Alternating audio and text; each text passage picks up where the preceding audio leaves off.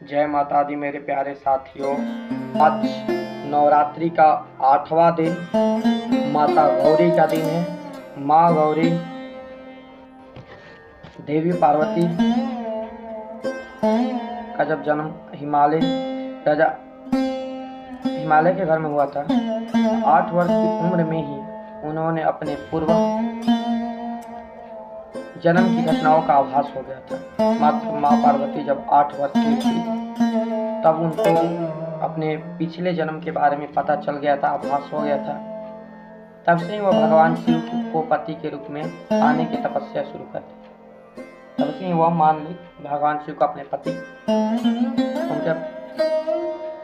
के रूप में पाने के लिए तपस्या शुरू कर दी। और तपस्या से देवी पार्वती को महान गौरव प्राप्त हुआ और इसलिए उनका नाम महागौरी और वह दुर्गा के 8वें रूप महागौरी से प्रसिद्ध हुई, महागौरी से नाम से जानी। माँ की कृपा अति महान है। और आज के दिन 8वें दिन यानी जो भी भक्त अपना सर्वस्व माँ को समर्पित करके और उसे प्रसाद के रूप में ग्रहण करते हैं, उस पर माँ की कृपा बनी रहती है। हमेशा माँ का जो कवच है उन्हें प्राप्त होता है। इसलिए जो भी भक्त नवरात्रि यानी 9 दिन का व्रत नहीं करते हैं, वो भी केवल अष्टमी का पूजा करते हैं, तो उनके लिए भी फलदायक होता है। और इसके बाद अष्टमी वाले भक्त तो आज ही के दिन जो भी भक्त अष्टमी करेंगे, यानी अष्टमी की पूजा, नवमी का पूजा नहीं करेंगे, अष्टमी की पूजा करेंगे, उनके लिए उचित होता है आज ही के दिन हवन करना, माता का आशीर्वाद प्राप्त करना। और वैसे भी आज ही के दिन नवमी भी चढ़ जाएगा कुछ समय के बाद, तो माता का आशीर्वाद प्राप्त कर सकते हैं आप लोग। और आज हम लोगों का नवरात्रि के 8वें दिन निशुंभ और शुंभ दो महातत्व, अभी तक इनके ही सेनापति जितने थे सब मारे जा रहे थे, रक्तबीज चंद्रमुंड।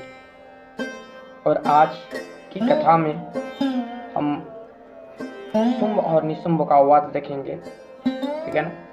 तो चलिए बढ़ते हैं हम लोग।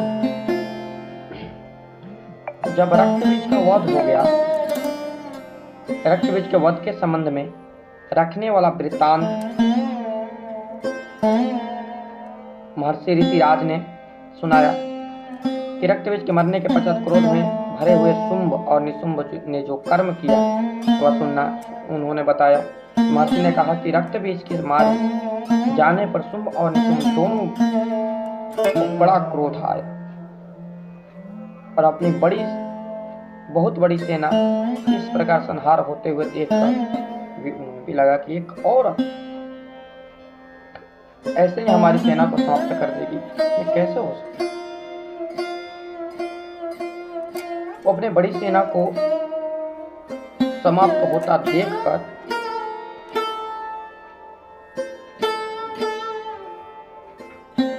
निशुंभ देवी पर आक्रमण करने के लिए दौड़ा।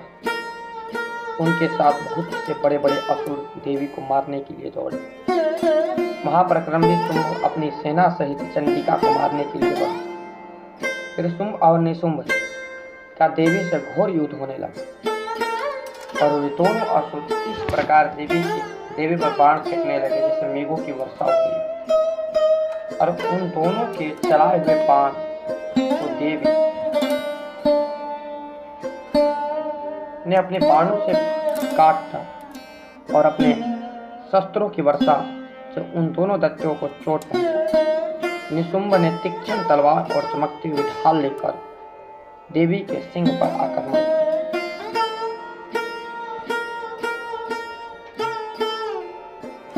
अपने वाहन को चोट पहुंची हुई देखकर देवी ने अपने सूरप नामक बाण से निशुंभ की तलवार एवं ढाल दोनों काट डाली।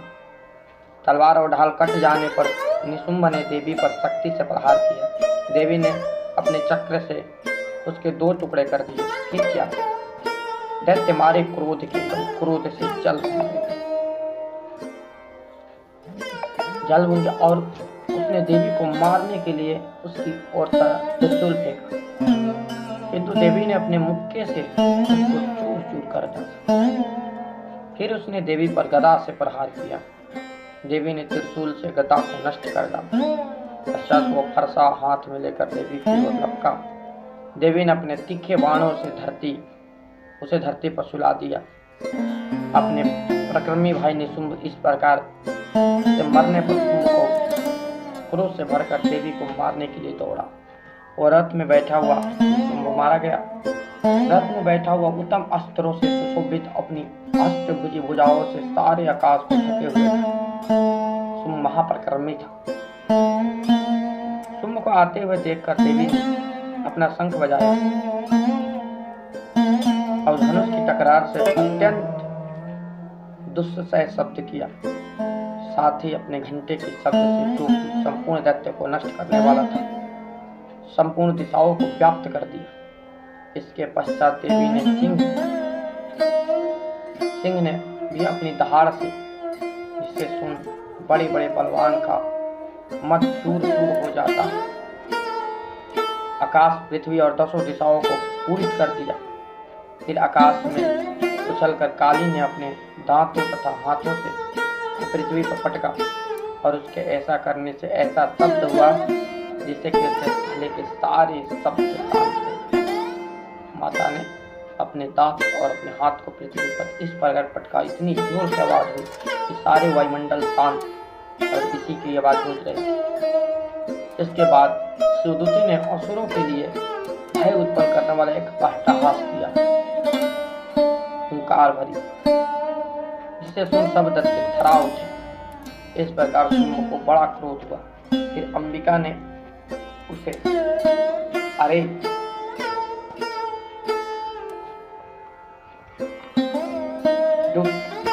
खड़ा रह कह तो आकाश के सभी देवता जय जयकार करने लगे।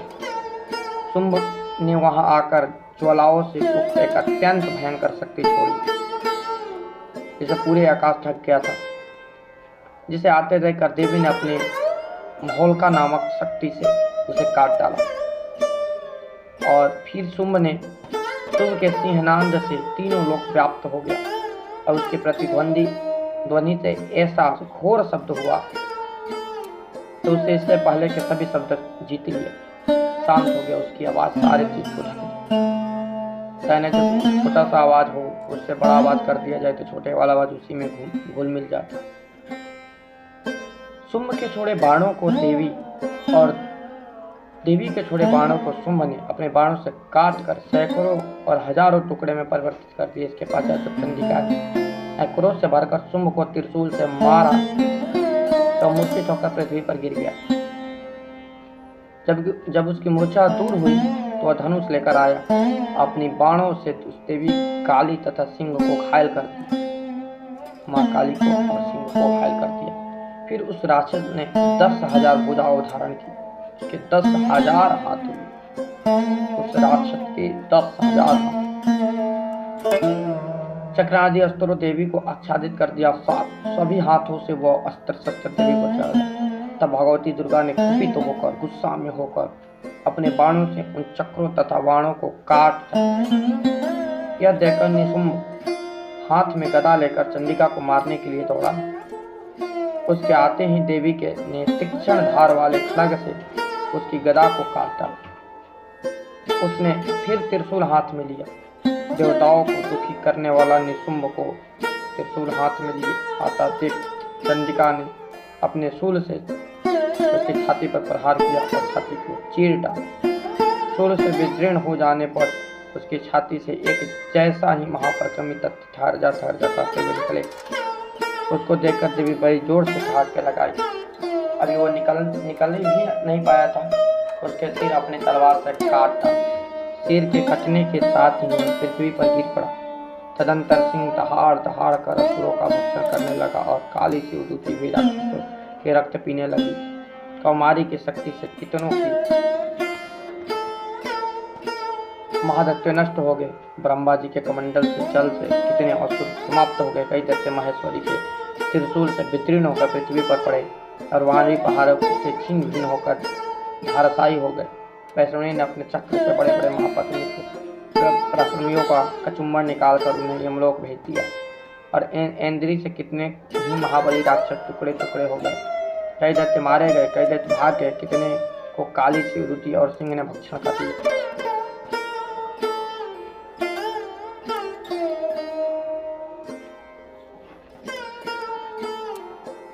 ऐसा देखकर दैत्यराज तुम कहने लगा, दुष्ट दुर्गे, तो अहंकार से गर्व मत कर, क्योंकि तू दूसरों के बल पर लड़ रही है। देवी ने कहा कि रे दुष्ट, देख मैं अकेली ही हूँ, इस संसार में मेरे सिवा दूसरा कौन है। यह सब मेरी शक्तियाँ है, इसीलिए कही जाती है ना कि माँ दुर्गा एक है और जितने भी देवी हैं मैं इन्हीं के रूप है। देखिए सबकी सब मुझसे परिष्ट हो रही है, मेरे से प्राप्त निकली हुई है, मेरी ही शक्तियाँ है। इसके पश्चात ब्राह्मणी आज सब देवताओं देवियाँ उस देवी से के शरीर में लीन हो गई, सभी समा गई, देवी अकेली रह गई। तब देवी ने कहा कि मैं अपनी ऐश्वर्य शक्ति से अनेकों रूप में यहाँ उपस्थित हुई थी। मेरे ये सभी अनेकों रूप है जो तुमको पता नहीं चल रहा।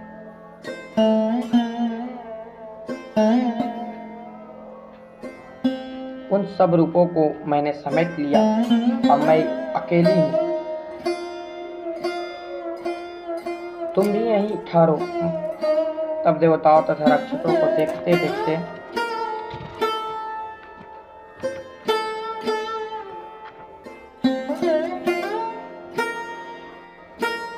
देवी तथा शुंभ में भयंकर युद्ध होने लगा। अंबिका देवी ने सैकड़ों अस्त्र शस्त्र छोड़े। उधर दैत्यराज ने भी भयंकर अस्त्र शस्त्र का प्रहार आरंभ किया। देवी के छोड़े हुए सैकड़ों अस्त्र को दैत्य ने अपने अस्त्रों से काट दिया डाला और इसी प्रकार शुंभ ने भी जो अस्त्र छोड़े उसको देवी ने भयंकर हुंकार के द्वारा काट डाला। दैत्य ने जब सैकड़ों बाणों से प्रहार से देवी को ढक दिया, तब क्रोध से भरकर देवी ने भी अपने बाणों से उसके धनुष को काट डाला। धनुष के कट जाने पर दैत्येंद्र ने शक्ति चलाई, लेकिन देवी ने उसे भी काट कर फेंक दिया। फिर दैत्येंद्र चमकती हुई ढाल लेकर देवी की ओर दौड़ा, किंतु जब वह देवी के समीप पहुंचा तो देवी ने अपने तीक्ष्ण बाणों से उससे चमकने वाले ढाल को भी काट दिया। फिर दैत्येंद्र का घोड़ा मर गया, रथ टूट गया, सारथी मारे गए। तब वो भयंकर मुदगर लेकर देवी पर आक्रमण करने के लिए चला, किंतु देवी ने अपने तीक्ष्ण बाणों से उसे मुदगर को भी काट डाला और इस प्रकार दैत्य ने क्रोध में भरकर देवी की छाती में बड़े जोर से एक मुक्का मारा। दैत्य ने जब देवी को मुक्का मारा तब देवी ने उसके छाती में जोर से एक थप्पड़ मारा। थप्पड़ खाकर पहले तो दैत्येंद्र पृथ्वी पर गिर गया, किंतु तुरंत ही उठकर खड़ा हुआ। फिर वह देवी को पकड़कर आकाश की ओर उछाला। वहां जाकर दोनों में युद्ध होने लगा। वह युद्ध ऋषियों एवं देवताओं को आश्चर्य में डालने वाला था। देवी आकाश में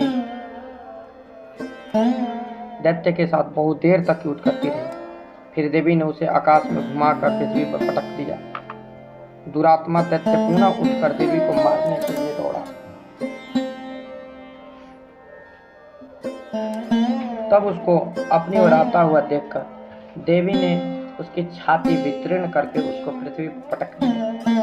देवी के त्रिशूल से घायल होने पर उस दैत्य के प्राण पखेरु उड़ गए और उसके मरने पर समुद्र, द्वीप, पर्वत और पृथ्वी सब कांपने लग गए। तदंतर उस दुरात्मा के मरने के संपूर्ण जगत प्रसन्न हो स्वस्थ हो गया। आकाश निर्मल हो गया।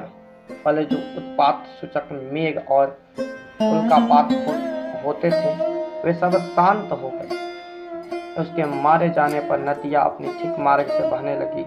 संपूर्ण देवताओं तथा हृदय हर्ष से भर गया। कुंभ इतना बलशाली था कि आकाश में जो उल्का पिंड निकलता है उल्को पिंडों पर अपना कब्जा बनाए हुए रखा था। कभी हमेशा उल्का पिंड गिरते रहते थे इधर उधर पृथ्वी पर, अलग अलग ग्रहों पर। नदियों को अपने मर्जी के हिसाब से बहाता था, जैसी मर्जी की वैसे नदियों को बहाना।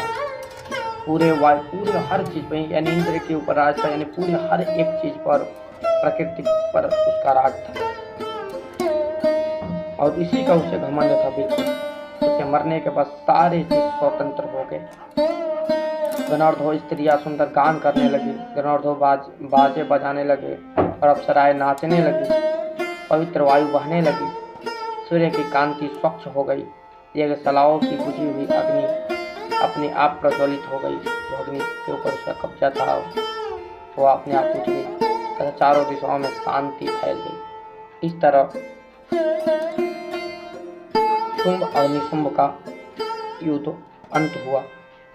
और शुंभ और निशुंभ के अंत की बात फिर से एक बार देवताओं ने माँ की स्तुति आरंभ की, माता की स्तुति आरंभ की। तो हम लोग कल के अध्याय में माता की स्तुति करेंगे, देवताओं को जो माता ने वरदान दिया उसे देखेंगे। और कल नवरात्रि का अंतिम दिन होगा और कल का आशीर्वाद माँ के आशीर्वाद सबको प्राप्त होगा। और कल